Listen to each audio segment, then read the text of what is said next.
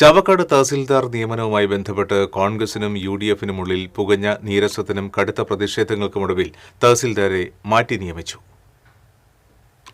ഇടതുപക്ഷ അനുകൂല യൂണിയൻ പ്രവർത്തകനെ ചാവക്കാട് തഹസിൽദാറായി നിയമിച്ചതിനെതിരെ പ്രാദേശിക UDF നേതൃത്വവും സർവീസ് സംഘടനകളും ഉയർത്തിയ ശക്തമായ അമർഷമാണ് ഒടുവിൽ ഫലം കണ്ടിരിക്കുന്നത്. വിവാദമായ നിയമനം റദ്ദാക്കി പ്രാദേശിക നേതൃത്വം ആവശ്യപ്പെട്ട വ്യക്തിയെ പുതിയ തഹസിൽദാറായി നിയമിച്ചുകൊണ്ട് ഉത്തരവിറങ്ങി. ചാവക്കാട് താലൂക്കിന്റെ ചുമതലയിലേക്ക് UDF അനുകൂല യൂണിയൻ അംഗമായ ചാവക്കാട്ടുകാരനെ തന്നെ നിയമിക്കണമെന്നതായിരുന്നു UDF നേതാക്കളുടെ പ്രധാന ആവശ്യം. NGO അസോസിയേഷനും കേരള ഗസറ്റഡ് ഓഫീസേഴ്സ് യൂണിയനും കോൺഗ്രസ് ജില്ലാ നേതൃത്വം വഴി ഈ ആവശ്യം സംസ്ഥാന നേതൃത്വത്തിന്റെ ശ്രദ്ധയിൽപ്പെടുത്തിയിരുന്നു. എന്നാൽ ഈ ആവശ്യങ്ങളെയെല്ലാം അപ്രസക്തമാക്കിക്കൊണ്ട് ഇടതുപക്ഷ യൂണിയൻ അംഗത്തെ തഹസിൽദാറായി നിയമിച്ചതാണ് പ്രാദേശിക UDF പ്രവർത്തകരെ ഞെട്ടിച്ചത്.